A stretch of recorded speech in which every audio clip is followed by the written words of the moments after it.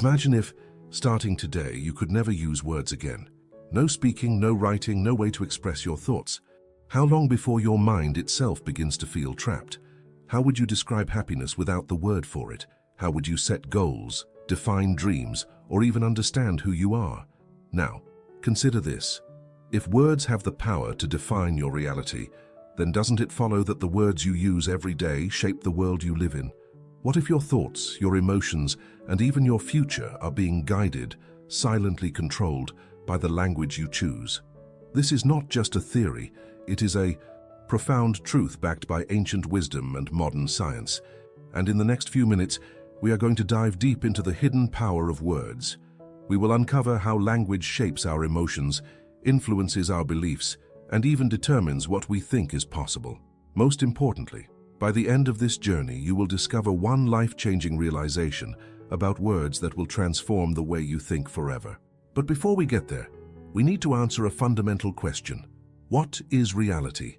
At first glance, reality seems like something objective, something outside of us, facts, events, things that exist independently of our perception. But is that really true? If two people witness the same event but describe it in completely different ways, which version is real? If one person calls a situation a disaster while another sees it as an opportunity, which one is correct? The truth is, reality is not just what happens, it is how we interpret what happens, and that interpretation is built entirely from the words we use. This idea is not new. It has been understood for thousands of years. Ancient civilizations believed words had the power to shape existence itself. In many cultures, naming something was believed to give it power. The Bible says, "In the beginning was the Word," suggesting that words are not just a way to describe reality, but a force that creates it.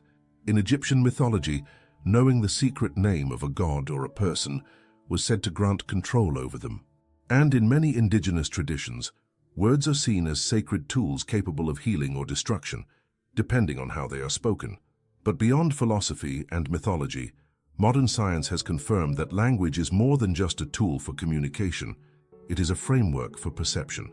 In the 20th century, linguist Benjamin Horff introduced the concept of linguistic relativity, also known as the Sapir-Whorf hypothesis.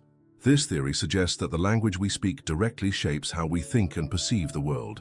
A striking example of this can be found in how different cultures describe colors.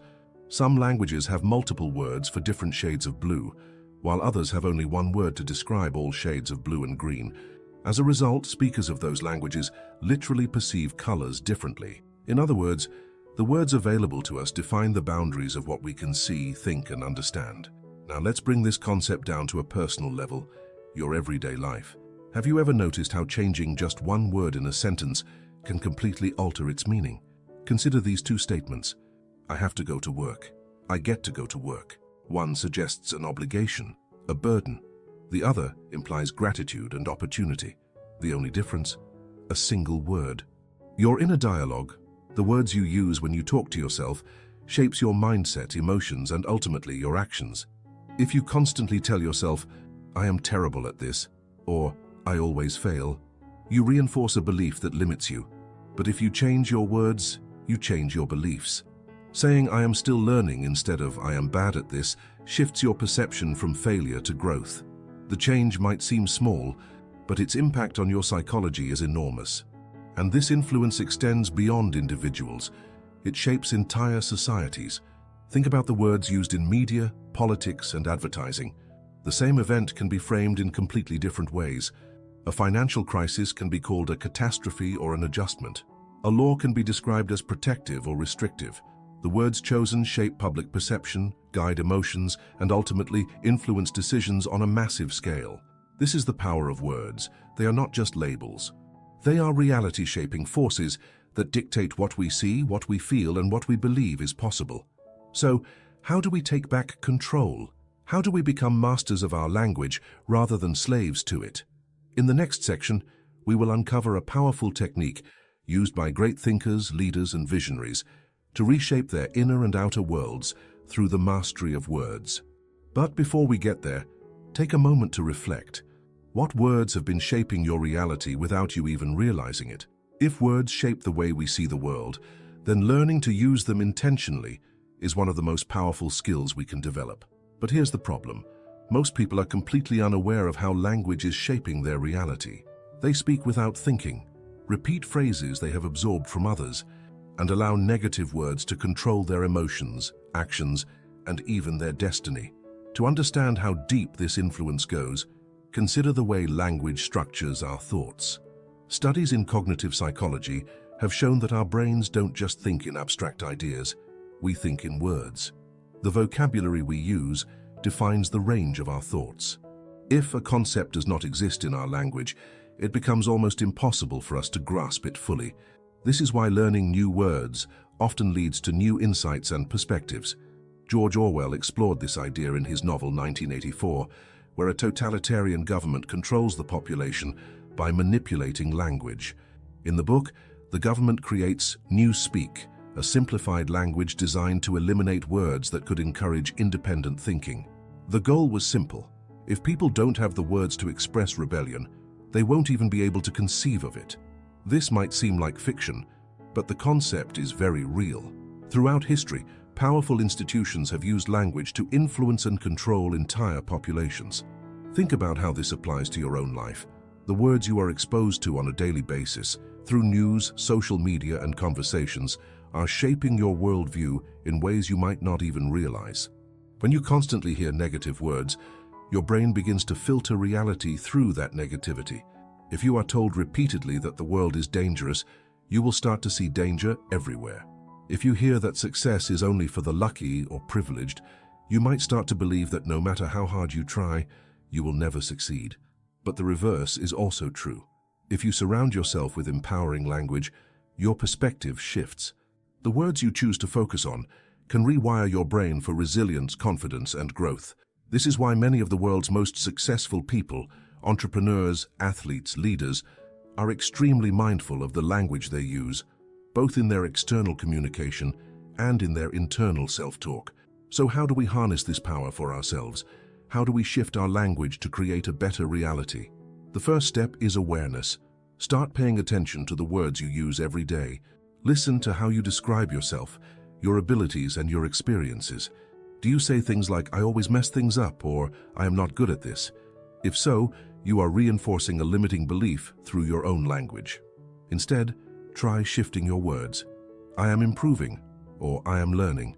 These small changes reprogram your brain to see possibilities instead of limitations. The second step is conscious choice. Once you are aware of your words, start choosing them intentionally. Instead of saying "I have to," say "I get to." Instead of calling a challenge a problem, call it an opportunity. Instead of saying "this is impossible," ask, "how can I make this possible?" These subtle shifts may seem minor, but their long-term impact on your mindset is profound. The third step is emotional connection.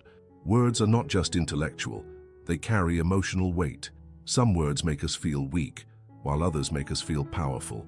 This is why affirmations and motivational speeches work. They attach strong emotions to empowering words, reinforcing positive beliefs at a deep psychological level.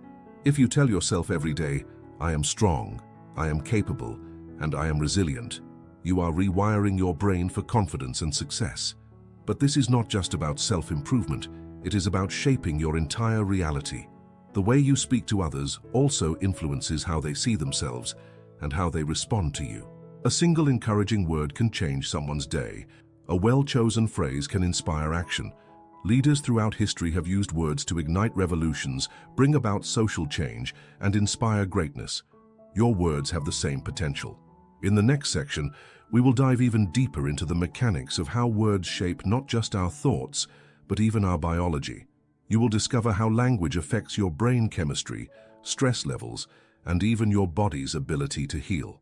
And most importantly, we will explore the one crucial linguistic shift that can completely transform your life. But before we get there, take a moment to reflect. What words have you been speaking into your life, and are they building the reality you want? Language is not just a tool for communication, it is a force that actively shapes the way your brain functions. The words you think and speak have a direct impact on your emotions, your stress levels, and even your physical well-being. This is not just a philosophical idea, it is a scientific fact. Neuroscientists have discovered that words can literally rewire your brain. Every time you repeat a word or phrase, you strengthen neural pathways associated with that thought. Over time, these pathways become automatic. This is why negative self-talk can be so destructive. It programs your brain to default to limiting beliefs. If you constantly tell yourself, "I am not good enough," your brain strengthens that belief, making it harder for you to see your own potential. But the opposite is also true. If you repeatedly tell yourself, "I am capable," you begin to reshape your identity and build confidence.